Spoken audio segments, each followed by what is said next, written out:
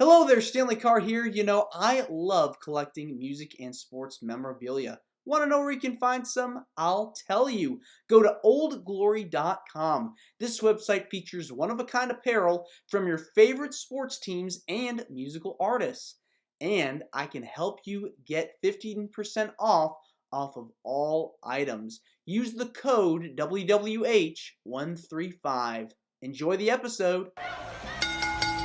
Welcome to Wrestling with Heart, a podcast looking at pro wrestlers giving back to their community. Join me, Stanley Carr, as I interview wrestling's hottest names who use their platforms as entertainers to raise awareness and do community service.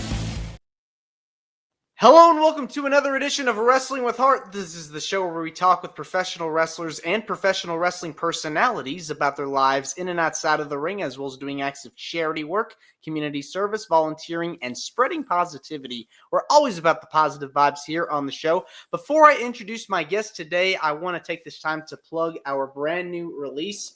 Yes, if you can see this right here, a little cut off, but this is our new book, Champions for a Cause, Volume 1. It is available now as a paperback. You can buy it on Amazon for $15. So get it right now. Champions for a Cause, Volume 1, and a collection of interviews with over 40 of your favorite professional wrestlers and personalities. I'm talking about Jake the Snake Roberts, Al Snow, Buff Bagwell, so many others. Don't miss out on your chance to purchase a copy today. With me right now, I've got a very special guest. She is a legendary personality from Glow, the Gorgeous Ladies of Wrestling. I am talking about the one and only Little Egypt is here with us. How's it going? Really good, Stanley. How are you doing?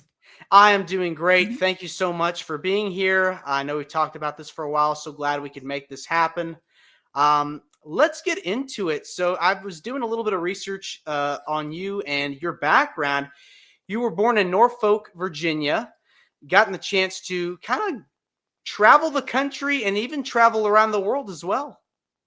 Yeah, and that's because I was born a Navy brat. My dad retired an E9 Master Chief Petty Officer, and he had over a 24-year career in the Navy. So I was born into the Navy, and with his different duty stations, we ended up living in different parts of the United States as well as 2 years in Japan. So I was raised on that. And then when it was time for me to get married and have my son, the last thing I wanted to do was move him. I think it was kind of traumatic for a young girl to constantly uproot and make new friends. But I did learn some very core character traits in the sense that I'm able to walk into a room and feel comfortable. I'm able to, uh, you know, be okay with being by myself, qualifying people around me. It actually turned out to be one of the biggest blessings. But when it's happening to you, you don't see it as a blessing. And those Navy brats out there that are watching right now are going to be so in tune with what I'm saying. What can you tell me about like your first memory of any of the places you lived? Well, I think what impacted me the most was Japan. Can you imagine, like, you're in third grade and you do 2 years in Japan? And let me tell you, Japan was so far ahead of the United States in toys, cartoons, game shows. Hello Kitty came out like a year before I got there. So I was like first on board with like the Hello Kitty trend. And it wasn't until like over 20 years later before I started seeing the San Marino pop up in the United States. So, I mean, I remember, I just remember the best toys ever, like electronic robots that would shoot off rockets. Like I mean, this was, and then like, but then we get back to the United States and it's Legos, and it's like, are you kidding me? Like, it's not shooting off anything. It was the most boring. Like Barbie was so boring to me after having like these amazing toys as a child, and origami, folding origami into little flapping birds and cranes. I was all into it. I would love to go back to Japan. It's definitely on my bucket list. And it seems like they were on the cutting edge of technology. A lot of different innovations and inventions were kind of originated from there. And of course, now it's been exported all over the world, including the United States.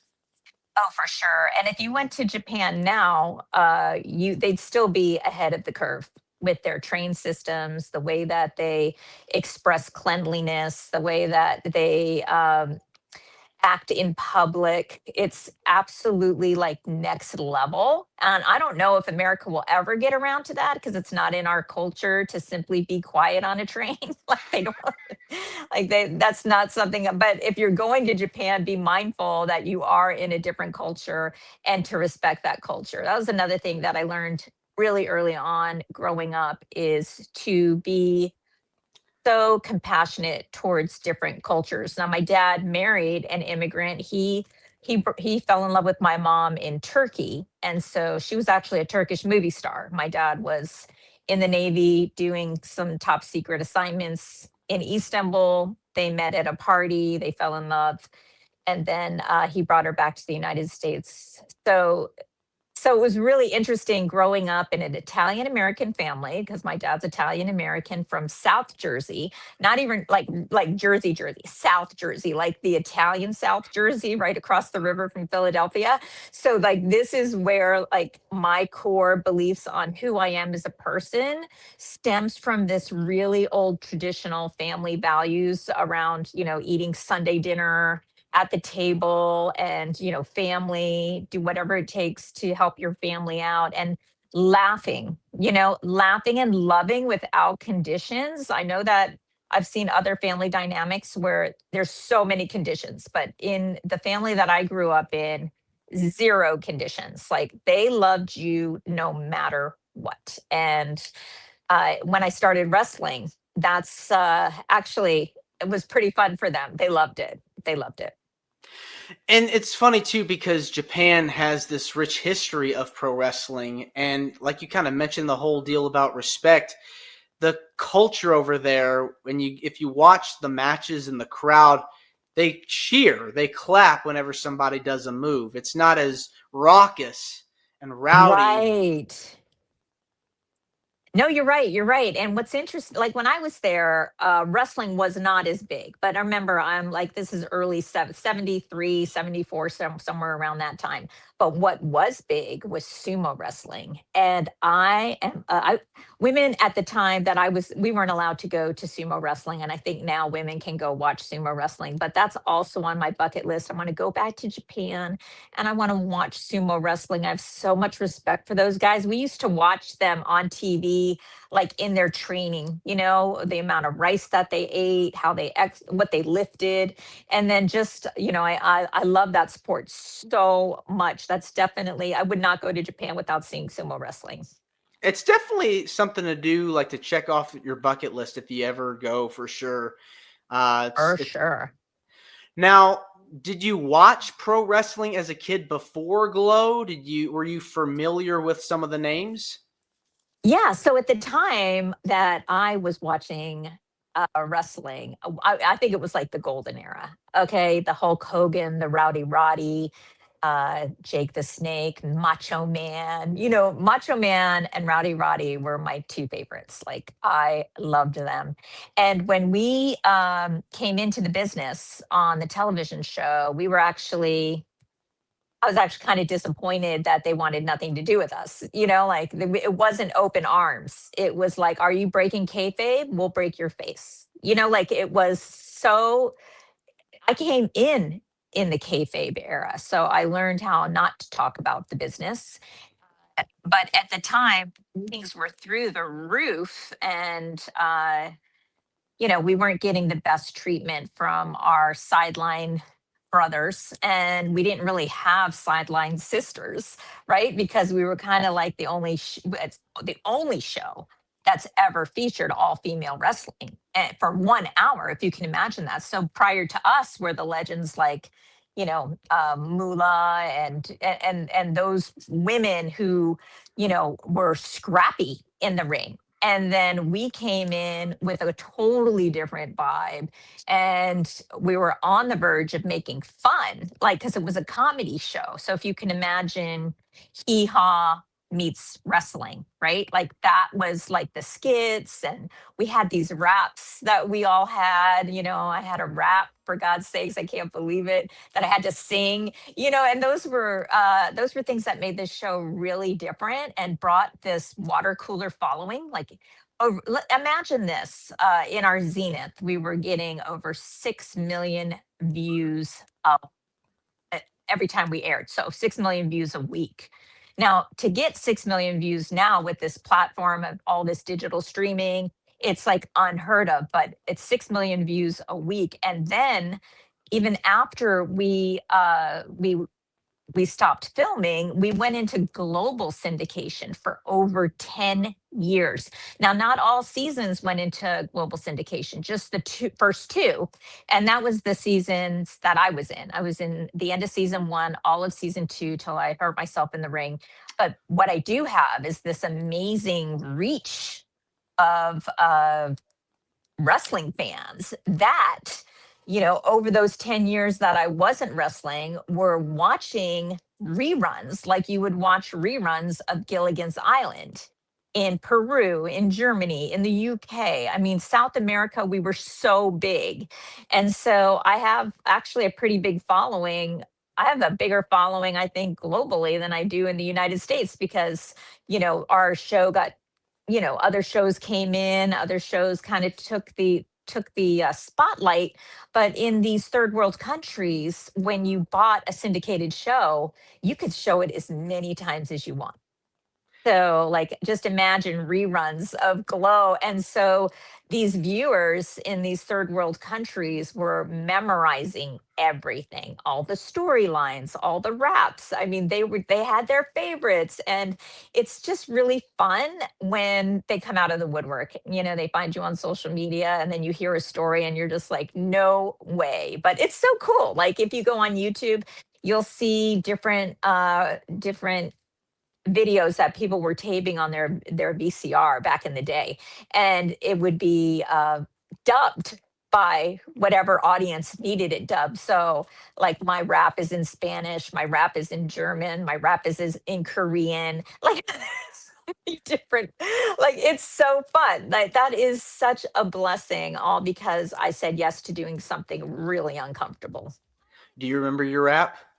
It had 4 verses, and I know the whole rap is on YouTube, but it was something like, "I'm little Egypt, the desert flower. I'll dance for you, then show my power. Cause in the ring, I'm full of fight and hotter than the Arabian night.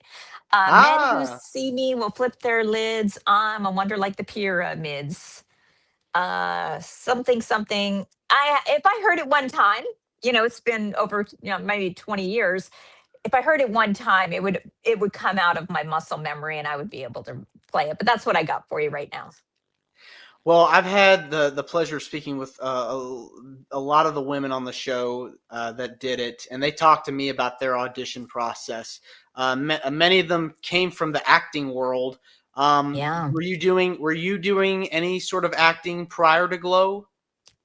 Here's the unusual thing. So the original cast came from LA, and they were actually, a lot of them didn't even know what they were getting themselves involved in. So if you talk to like Tina Ferrari or Ashley Cartier or Hollywood, these even Chainsaw and Spike, Matilda the Hun, Mount Fiji, they came from the original cast, and then they relocated to the Riviera Hotel. So that's why, like, around the end of season number 1, girls were getting hurt. I think at this time, Sally the farmer's daughter was out of the show, trying to come back from a neck injury. So I never met Sally. And then they recast, they were doing a major recast. And I was actually, at this point, I was 19 years old, working in a t-shirt store, and Mount Fiji came in to have a t-shirt made. So there was no audition process. It was, we had I mean, I was so in awe of this giant that was standing in front of me. I was like, oh my God. She was 350 pounds, professional athlete, an Olympic shot putter. And she was so proud of what she was doing. And I had to make this t shirt for her that for the match. And, she just kept talking to me about how she wrestles at the Riviera. And I was just like, I can't believe it. That's so exciting. And she's like, you should come down and try out. And I was like, I really didn't know what she meant by that. It could be try out and be my next person that I tear alive, and then I'm going to be the one that tears you apart in the ring. I really didn't know, but she knew something I didn't know. And that was there were girls my size because her sidekick is Little Fiji, and Little Fiji and I are the same size. And we ended up doing a lot of tag teaming together. So, I was just like, you know what? I'm going to do it. She gave me David McLean's phone number. I called him. He said, why don't you come on down? I met with him and they put me in training right away. And I think that's how they found out if you had the skill, like if you could survive.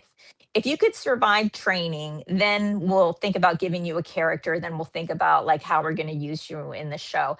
Well, 2 weeks into training, like knowing nothing about wrestling, just that I love Rowdy Roddy and Macho Man, so cool. That's it for the professional wrestling. I 2 weeks later, I was on my first match in front of a live studio audience at that same evening. Entertainment Tonight was taping. So my family got to see me from, hey, I think I'm going to do this thing to, oh my God, did you see Angelina on Entertainment Tonight? So great.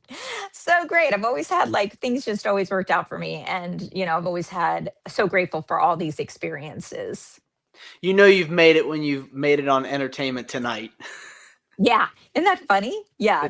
And the other girls were like shocked because I wasn't like the Glow champion. Americana was the Glow champion. Nanuchka, was playing she's in these title matches, but something about that little belly dancer coming out that the cameraman was just like, let's use this footage, because I guess it was so different, so that's how I ended up in my first match without auditioning for Glow, just finding my way in. And my trainer was attaché. A lot of people don't know that. They thought maybe Mondo was still the trainer, but he never went from LA to the Riviera. What happened was after Mondo, he did the core training and the girls started getting better. First trainers were like Royal Hawaiian. Then Americana was a trainer for a little bit. By the time the end of the second season, Attaché was the only trainer. And so she trained like that second cast in the second season. So Amy the Farmer's Daughter and the Headhunters. Some girls would come back in for training, like Little Fiji, and I'd see kind of a rotation. Dementia was in my graduating class, you could say. I remember Dementia taking her first bumps, not Dementia number 2, Dementia number 1. I remember her taking her first bumps. So I got to see these girls like before they even had characters take their first bumps. And then I got to get better as a wrestler myself. That what's really interesting about my storyline is that you get to see a wrestler progress on screen from 2 weeks, which I was basically just doing stomach stomps. Like I didn't know what to do, right? Thank God my opponents in my first 2 matches on that day were Chainsaw and Spike and then the Housewives. So basically just screaming and running around a ring with Little Fiji. Thank God. Thank God. Um, so that being said, as I was progressing, I was starting to get into single matches, which is like stuff that I'm really proud of, like single match with Dementia, Attaché, Palestina, which never aired. That one was probably my best match. And I'm not saying that because you have no evidence of it. But Palestina and I were really, really pleased with that one because it was like the duel in the desert. So it was like, and we had so many props. Oh my God. So I have pictures. If you go onto my Facebook profile called The Official Page of Little Egypt and scroll through the albums, there'll be one that'll say Glow. You click on that, you'll actually see photos of that match because Matilda the Hun's husband would take photos during the matches. And so he gave me those photos and I posted those online. That's so amazing. Yeah. And the thing is like you really have to want it to be in this business. You have to have passion and sacrifice, dedication to really make it to the elite level. And so when Yeah. you're training and when you're doing these auditions and you're going out there, it's hard when you're constantly bumping and you're conditioning your body and working with your body to take so much punishment. What would you say were like motivators for you to keep going when things got tough? Just knowing that the other girls were doing it. They were their belief. I had no belief coming into wrestling because I didn't know what I was doing. So I was borrowing other ones' beliefs. Like I borrowed Mount Fiji's belief that I could do it. I borrowed the beliefs of my opponents. I was in awe of Americana and Tina Ferrari. And I was just like, if they can do it, I can do it. They started before me. I could get to this point. I could get there. And honestly, I thought that was going to be a career for me. I was like, I found my career. I found my calling. This is it. I'm going to be a professional wrestler. I freaking love it. Did not know I was going to retire at the end of season number 2 uh, due to an ACL tear, which to this day I've not gotten fixed. So I don't have an ACL in my right leg. Do you recall the particular match that you were in when you suffered the injury? Oh, it's on YouTube. It's called Little Egypt's Last Match. So that's going to be easy to find. And I think it was ironically beautiful that my first match was with Chainsaw and Spike, and my last match ever was with Chainsaw and Spike. So I actually got hurt wrestling them, and it wasn't because of a move. This is just a travesty to any wrestler. When they put together the mats for our wrestling day, they left a gap in the mat, and I was going in for a headbutt, and it was against Spike. So she was in the turnbuckle, and I was coming in for a very simple headbutt. All you have to do is land flat on your feet, and boom, right? Oh my God, my heel caught in the gap of the mat and immediately ripped my ACL. Wow. So I was like, oh, I never felt comfortable. Like, even though we left, like half the cast left, actually 90% of the cast left after season number 2 to go with David McLean and the POW tour. And David had a spot for me. They made me a whole new Egypt outfit. It was teal blue, very pretty. Um, I had my knee brace on, and I thought I was going to be able to do it, but I felt like I felt like I was taking advantage of David. Like I was working as Palestina's manager, Yasmin Urek. So we were having a lot of fun, and I was making even more money with David than I did with Glow. But I just didn't want to milk it if I wasn't going to be able to give my all. And I just didn't trust. I mean, at that point, it wasn't even 6 months. I could just really feel my leg just shaking like this. Like I couldn't land a bump. Like I was like, how do I get back up? Hold on, let me move my leg and let me stand up. Like it was just the end of the end.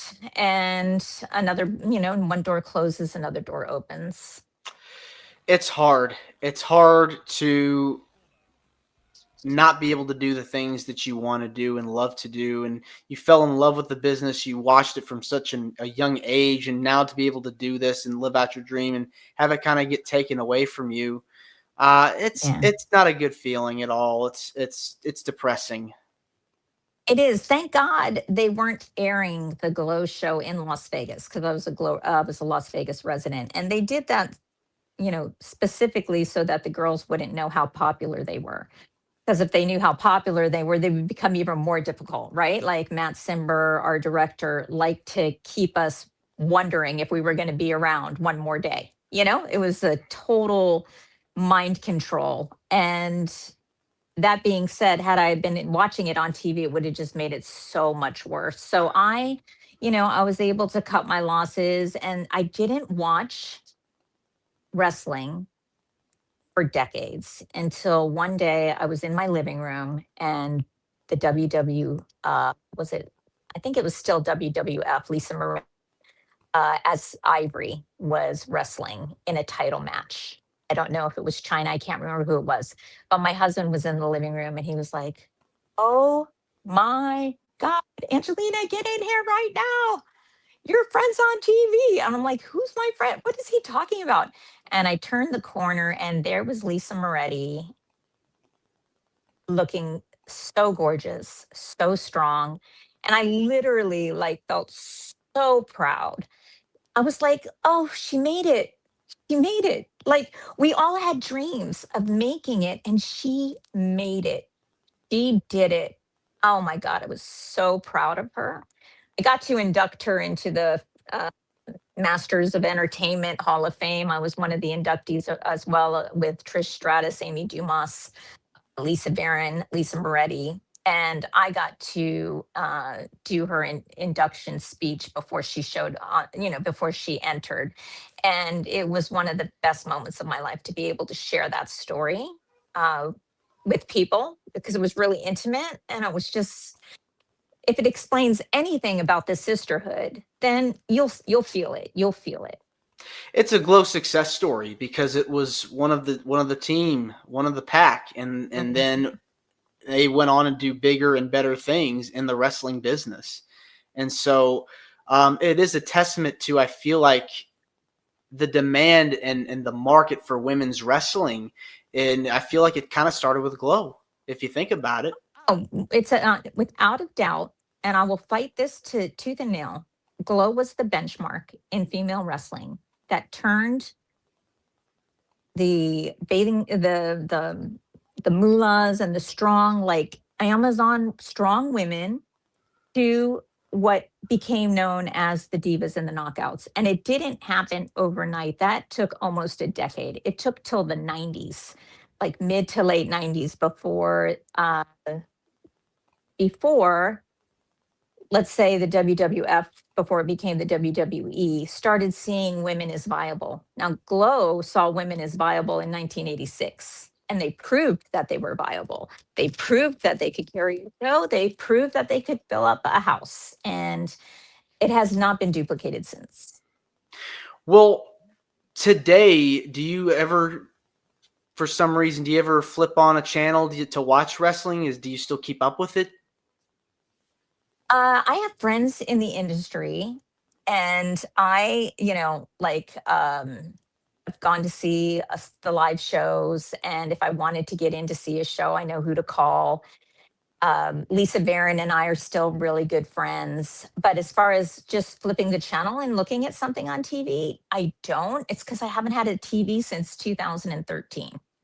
Oh, okay. So I don't flip channels. Like, I'm so efficient and so structured in my time, which is why it's hard to get an interview with me, because I don't have the time to fit it in. So with that being said, unless it's somebody I know, I won't go looking for it. I think that women's wrestling today has reached greater heights and will continue to exceed that because um, so many people are just in tune with it. They love it. They're passionate about it. Hmm. And there's so many Hmm. great women's wrestlers out there now that are doing big things. And it's going to continue to grow and get better. And hopefully we see uh, even more demand in the coming That years. would, yeah. You know what? They used to say back in the day, midgets and women sell a house. Like, they come for that. They love the men's wrestling, but there's something like uh, something cool and different that you don't typically see women wrestling each other. Uh, Pro wrestling outperformed mud wrestling. Remember when that was a thing? It Mhm. outperformed boxy boxing, which I think evolved into what we see now as the UFC fighting. Now that's a totally different animal. Like, I don't want to get my face punched in or have cauliflower ears, and like, that's not my thing. But what I definitely feel is that I am part of female wrestling, and I do have a place in history, as you know evidenced by the Cauliflower Alley Club with the Female Legacy Award that they gave Glow, and the Masters of Entertainment Female Wrestling Award as well. So yeah, I think the industry can recognize what we did and what I did with putting together, being one of the producers on the Glow documentary, which led to the Glow series on Netflix. That, if you haven't watched, please go and watch it. No, it's not a documentary. It's a dramedy, meaning half dramedy, half comedy. No, they didn't use each of our characters. They couldn't, because then we'd be back to a documentary again and, finding ourselves in litigation because so and so didn't really sleep with so and so. But when it's a dramedy and it's all fictional, the writers can do whatever they want. It went for 3 seasons, and it also was nominated 11 times for Emmys. That's Yeah. so amazing. Yeah. What was it like to be part of the reboot and the documentary? So this is really interesting. Again, I turned the volume down on wrestling and I went all into real estate, closing over 1,000 homes at this point, probably around my 18th or 19th year. Um, I started getting like messages, "Hey, you're on YouTube." Like this is like before, like somewhere around 2009, let's say. And YouTube was just emerging, and then all these glow videos started coming up. And I'm starting to get messages, "Hey, you're on YouTube." And I started noticing that. And I was like, oh my God, I can build a library that I can show my son later. Like, this is so cool. Like, as a mom, I'm like, your mom was kind of cool. And so I reached out to, at this point, Babe the Farmer's Daughter, who had the license to use the Glow name, and asked her if she had any videos that I could buy. Well, she was like, "You're not buying the videos. I'm sending them to you, Angelina. And also, there's a couple documentary guys that want to talk to some wrestlers. Would you want to drive down from Las Vegas to LA and give an interview?" And then she told me Hollywood was going to be there and Matilda the Hun. And I was like, oh my God, I get to see Matilda the Hun. We had so many fun matches together. And I was like, oh my God, I have to see her. Oh my God, who else is going to be there? And she was like, other girls you won't know, but for sure we're going to be there. And I absolutely drove down that day, drove back home that same night. But when I was there, I asked the documentary guys, I was like, hey, because like now I got a taste. I'm like, I'm seeing my sisterhood, and I'm like, who else we got? Like, where is everybody? And he's like, well, this is all we have. And I said, oh my God, you're going to tell the Glow documentary. You're going to tell the Glow story on this documentary, which is 6 girls. Like, we got to get the whole story. This is a once in a lifetime opportunity for everyone to share their story. And so I said, listen, I'll do the work. Okay. Because a lot of these girls were in Vegas. One girl led to another. And I worked on that documentary for 2.5 years. And I located 40 out of the 60 girls that wrestled on that documentary. So at the end of the documentary, you see a big reunion. That came from 2.5 years of work to locate those girls. And one of the greatest acts that I've ever done, because it was just a labor of love. There was no contract. There was no money. It was just doing the right thing for the right reason. And then karmically, the blessing of the Glow series on Netflix for 3 seasons, and it would have gone 4 if it wasn't for COVID, because it was their largest production. It was the most expensive production that Netflix had, and it was a contact sport, and it was COVID, so they were like, doesn't make sense to do this. Like, we don't even have the audience anymore. Netflix usually only buys up to 3 seasons. So the fact that we were going to have a 4th season was amazing, and they were also going to give us cameos, which we never got because they canceled the show. Ah, that sucks. I know, right? I know. But anyway, I will forever be entwined with the Glow documentary as one of the producers, and the history that I have with Glow Netflix. One of the fun things that came from that was, I was one of the main contacts for all the interviews. So the Washington Post, New York Times, every major news outlet, even the London Sun, was looking for the girls to get their take on what they thought about the Glow Netflix series. And so I was always the point of contact. So I have a lot of articles that I did, and that was a nice blessing. And then also, I don't know if you know this or not, but The Bachelor came knocking. Hmm. And not because they wanted me as a bachelorette, although I would totally do the Golden Bachelor if I had a chance. But it was season number 22, episode number 3.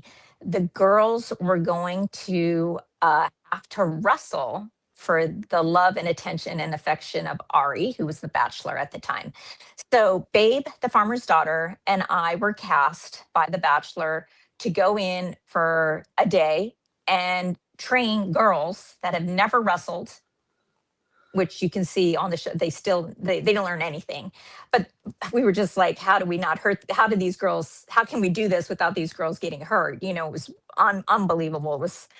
It was crazy. So we were there for a whole day. We had trailers. It was so fun. And that wouldn't have happened if it wasn't for the documentary that led to the series. And then I remember I was in Denver once.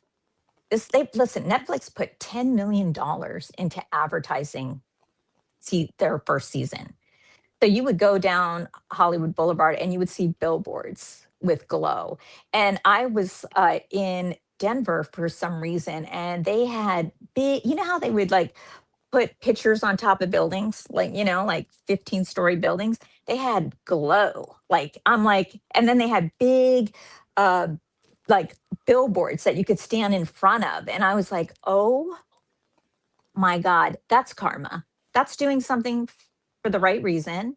And then the universe giving you a God wink, like, hey, remember you did that and you didn't want anything? Well, here's a little something just to let you know we saw what you did.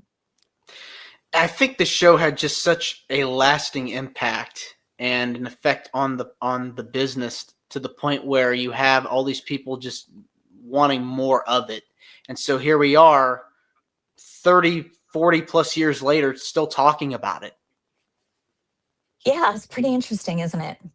I Yeah. mean, I get to be part of that history, and it doesn't go unappreciated. I'm very much in gratitude of being one of the 60 girls that did what we did. I mean, it was only happening there at the time in the world. It was the only thing, and I was part of that magic. It was just kind of like pioneering something that's never been done before, like the first to go through the wall. That is what the Glow Girls did, with something completely new and revolutionary that people weren't seeing on television when they were looking at female wrestlers. And look where we are today. I feel like women's wrestling, I think is just in such a much better place now, because not only with the awareness and exposure of Glow, but now you've got WoW doing amazing things. Yeah. Oh, yeah. I'm so proud of David McLean. I actually been asked by WoW to commentate for them behind the scenes. I got to meet Jeannie Buss several times. I got to sit in her like VIP seating, and it was so cool. I'm like, man, this girl's cool. She owns the Lakers, and her and Dave own WoW. I mean, unbelievable. And David McLean and I are still really good friends, and Matt Simber and I are still really good friends. And I think that at the end of the day, they just want to know the girls did okay. And I think it makes them feel good to see like the success that a lot of us had. Yeah, and I think that with the mainstream companies as well, like the WWE, with AEW, with TNA, all these companies, the major companies right now, their women's divisions are stacked. They've got Oh, amazing talents right now, kicking butt, mm, doing really good things, and it's just going to hmm, continue to get better from here. yeah, yeah. A couple things that let me just share for those viewers that want to go down this Glow rabbit hole. If you go to YouTube and after Buzz TV, I was doing the behind the scenes podcast after each show. And I would have the guests on. So I had Mark Marin on. I had Kia Stevens. I had all the characters. I had like maybe, well, what it was probably about 12 different characters on the show giving their take on what it was like to be to be an actress and find themselves in the wrestling world. I think that would be a fun rabbit hole. And then another rabbit hole is if you can get your hands on the Glow documentary, the DVD, if you can find it somewhere and you buy it, the commentary reel was done by Billy Corgan, and it was Billy Corgan, Matilda, and Hollywood, and myself. We did that in a sound studio in Las Vegas. So fun, a great, and Matilda Hahn isn't with us anymore. So if you want to hear some of her backstories, it's there. Hollywood was there, and I was there, and as well as um, by doing that with Billy, he also put me in one of his music videos. So at the age of like 48, I'm in a Smashing Pumpkins music video called Awada. So if you want to look at the video, and it's also like a 12-minute short film, you'll see me in there playing my character Little Egypt as a promoter. So those are some fun rabbit holes I hope your listeners go down. That's exciting. I want to talk now about some of the stuff you've been able to do outside of wrestling, outside the ring. You've been involved with a lot of different charity groups and organizations. You've been very involved in your community. What are some things that you've been able to do as far as giving back is concerned? So I have two passions. One is the Cauliflower Alley Club, and that is the organization, the nonprofit that is for the wrestlers. And they have something called oh my god, it just left me, but it was like a fund in place to help wrestlers that, let's say they need a wheelchair, or in my case, and the reason that I like fell so hard for the Cauliflower Alley Club is because in a time of need, they stepped up for one of our girls. So it was Mount Fiji, actually. She was living in a nursing home. And when you're in a nursing home, you just really have one cubby of some things to wear, some writing utensils. You don't really have that much. But a flood happened in her nursing home, and everything she owned was wiped out. And I called the Cauliflower Alley Club at the time. Carl Lara was the president, and I said, Carl, like, Mount Fiji needs help. And he said, what happened? And I told him, and he uh, sent me a check for $600. And I used that check to buy Mount Fiji all new gowns to wear in bed, new writing materials, stamps, pens. And because of that, I'll never forget that kindness. And I will always have Cauliflower Alley Club as one of those organizations, those nonprofits that are doing the right thing for the right reason and no one knows about.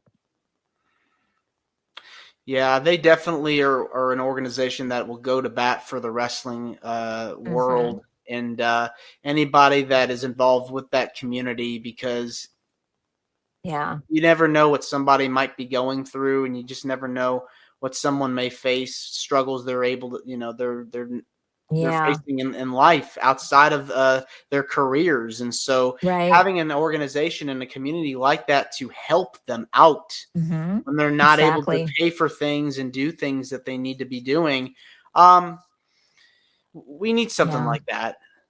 Well, it exists. It's called the Cauliflower Alley Club, and you do not have to be a wrestler to become a member. And they're the only organization that still has banquets where the veterans that are getting honored will be there for banquets, and that's where like I saw some legends firsthand. That's where I saw Roddy Piper in real life. That's where I mean, Stone Cold Steve Austin, who put me on his podcast after watching the Glow documentary. And so, like, this is where, like, I met Lisa Barron. This is a great networking opportunity for wrestlers, but also to mark out. Like, there's nothing wrong with marking out. You can totally mark out. So you can go to the banquet and you can hear these stories that really don't end up anywhere, but just hearing what it was like back in the day when there were territories, and how they would wrestle for $50 and, how they all crammed into a car and, just grinded it out. It was just, I just would sit there in awe of the industry, in awe of the workers, and even the ones that were, that made it. right? How humble they were because they knew that they might not have made it, right place, right time. You don't go, you don't really know if you're going to end up on television. Less than 1% of wrestlers end up on television, which is interesting with the Glow because there were a lot of female wrestlers at the time that were furious that they weren't cast in Glow because they had so much more experience than we did.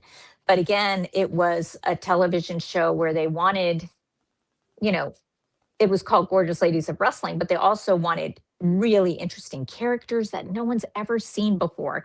Now we did have, let's see, Matilda the Hun used to work before Glow, and so did Debbie Dallas. She was the Killer Tomato. I don't know if she, so they came from the wrestling world, but not everyone who wanted to be on the show got on the show. And the thing is that you had a character. People are still talking about it. Fans recall the memories of you on their TV. So when you go see these to these conventions or signings and Oh, events, it has to feel good knowing that oh, yeah. you're still remembered. It's when I show up to signings, like I'll do like the Comic Con in LA every once in a while, or Lisa Varon will be doing something and she'll say, "Hey, you want to jump in?" I would like, yeah, why? Because I want to see Lisa, and she works all the time. So for me, I get to spend a few hours with Lisa, and I don't do a lot of signings, but when I do, it's so cool because when they know what they're gonna see, like I can walk down the street, no one would recognize me. But if you got enough wrestlers together and said, "Hey, Little Egypt's going to be walking down the street," there'll be 5 or 6 of them that'll be like, "Can't believe she's still around." So that's kind of what happens when I'm in a signing. I love to go to signings because the people know what they're going to get, and I always try and show up in character and give them something worth remembering. So. Was there a particular event or fundraiser that you were involved with, whether it was the Cauliflower Alley Club or something else, that was very heartwarming for you? Well, I've always like personally there are my own personal contributions that I make to like St. Jude is really some place that's really passionate to my heart. I just love the work they do on a really big level. On a small impacting level, the company I work for also invests in helping young teens with mental illness. That's really that's really close to my heart because I've had to experience that in my own personal life, and only wish that there were resources like this around when people were younger instead of them having to suffer their whole life. Yeah, it's a very hard world out there, and I think that the more places and spaces for people that can support those that are in need, the better. Because Yeah, we all need a shoulder to cry on and friends to count on, and so yeah, um, the more help you can give those people, it can go a long way. yeah. And so even though I don't have my own official nonprofit organization, I do spend all of my time in the woman empowerment field, helping women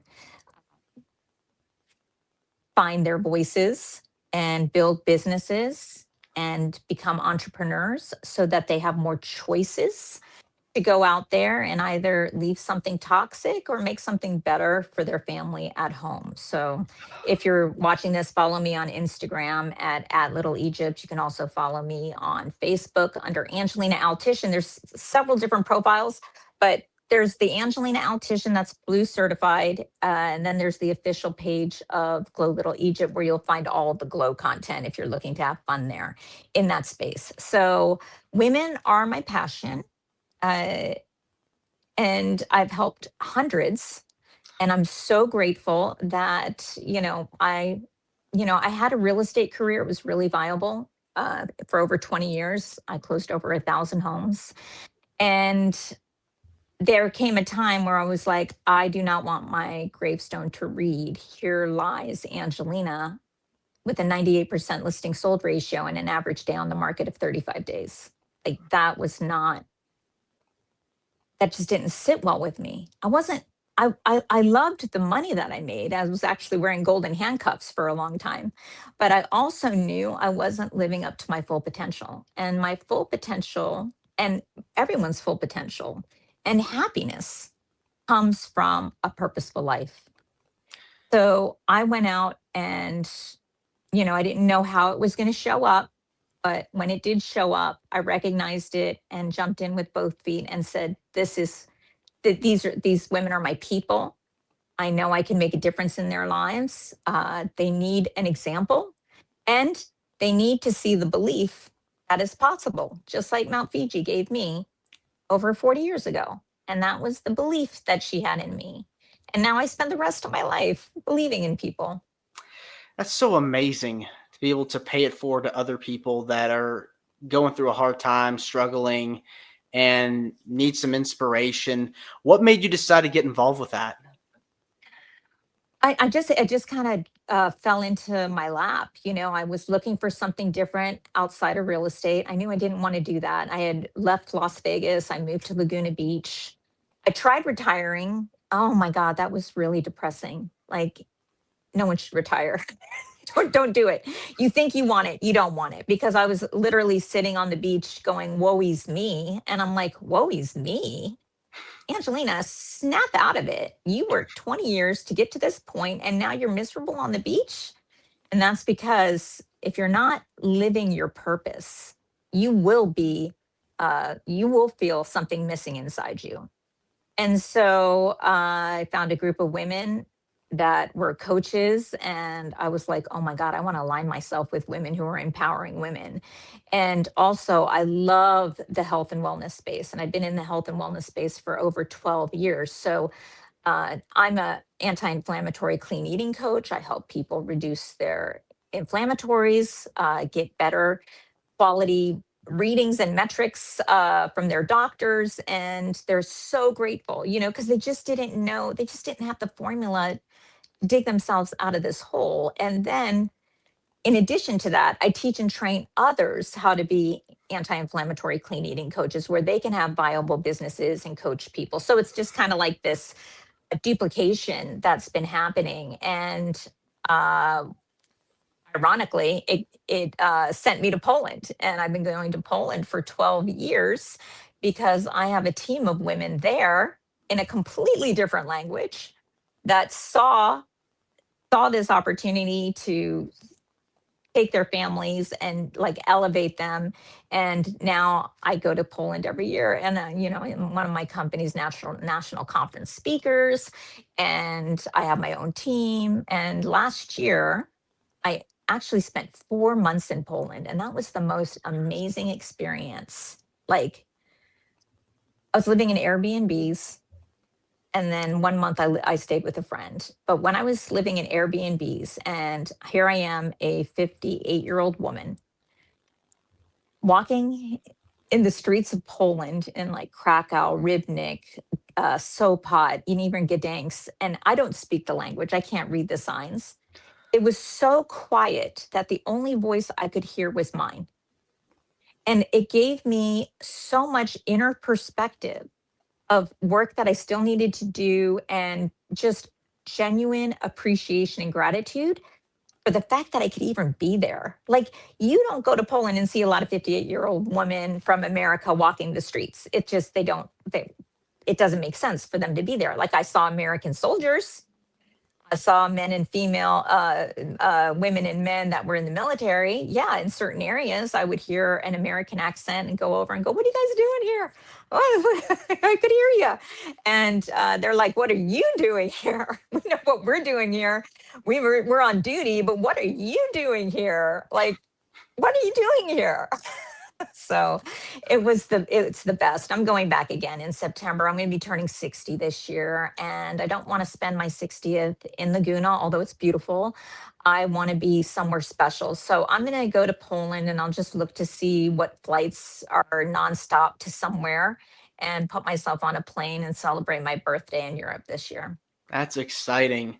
And Mhm. two, you're talking about earlier, you've lived overseas, as a kid growing up in Japan, so you're very familiar with other cultures and knowing what Oh, it's for like to be sure. around different environments. So kudos to you. That's amazing. That's Yeah, exciting. thanks. I'm happy for Yeah, you.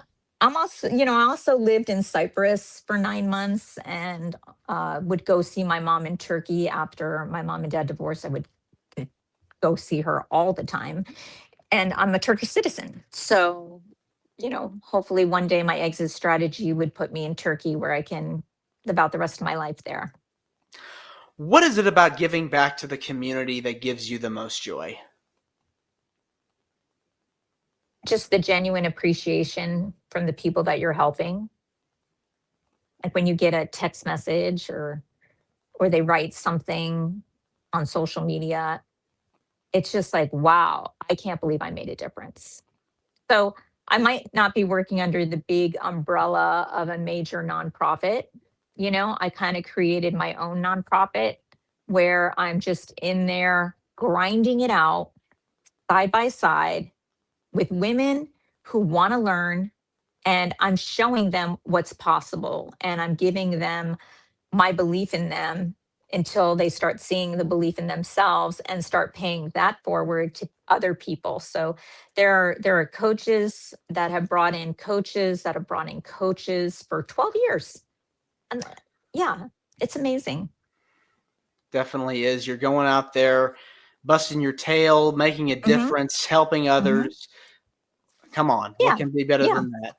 Yeah, you're just grinding it out in the trenches, which is where we're supposed to be. I don't want to be in a boardroom of a nonprofit. I don't want to raise money uh, for a nonprofit. Although if I were raising money, I would already direct that to the Cauliflower Alley Club or St. Jude's. Those are the two big nonprofits that I have nothing to do with, but I absolutely am so passionate about their mission statements. With that being said, I also know that there's other ways to give back. That's through time, treasure, or talent. Most people think that working or having a nonprofit or contributing or donating money, that's treasure. And you know what? We all need it. Everyone needs treasure in order to help their nonprofits grow. But you can also, if you don't have treasure, you can offer your time and your talent. And so I spend my time in the other two, time and talent, giving back, rolling up my sleeves in the trenches, helping women, watching them step into their power and their greatness. And it's like, okay, I'm making a difference. So does that help?